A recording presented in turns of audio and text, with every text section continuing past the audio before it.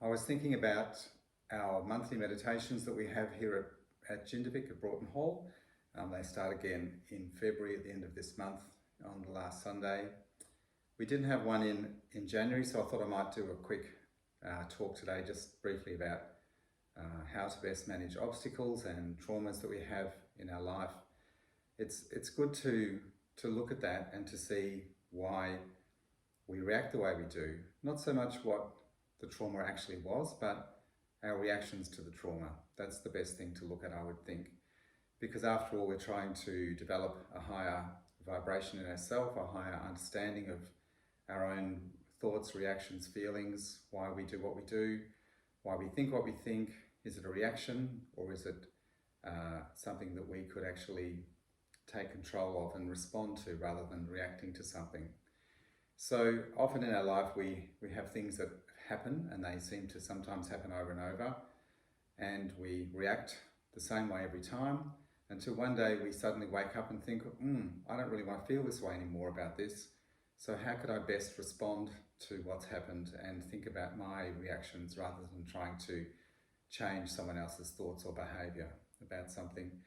And it reminded me of a little story I wrote many years ago, a children's story about fish in the sea. And what the fish were doing, they were swimming along quite happily, and there was a big rock, and the rock was full of poisonous sea urchins and different things that could have killed the fish, but the fish just swam around the rock and kept going.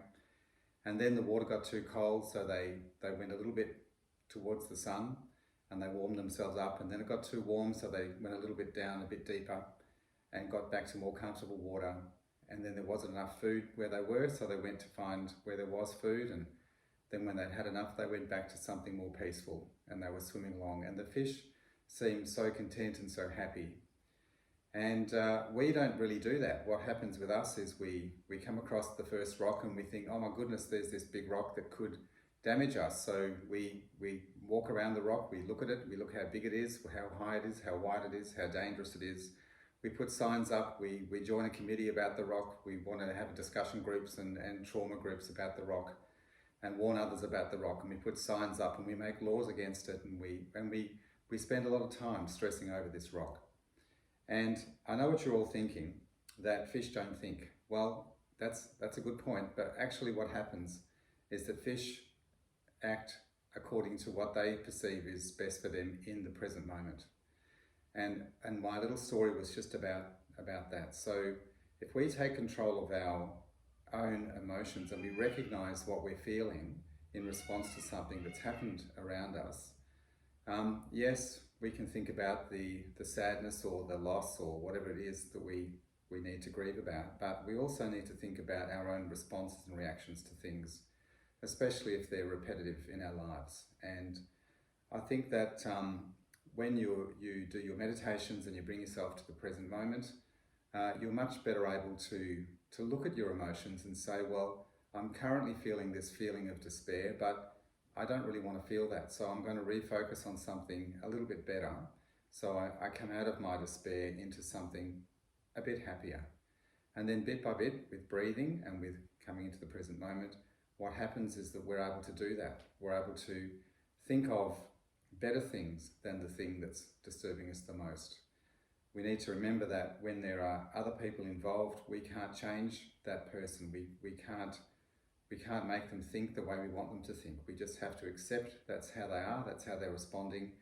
When people do things that appear to be self-defeating, it's usually because they've suffered some kind of trauma themselves that they're not able to manage, and they're just living their life according to what they think will help them. So using our compassion, our compassionate listening, we can sit and listen to their story or try to understand how they're thinking, but accepting our response to what that trauma is the most important thing for us.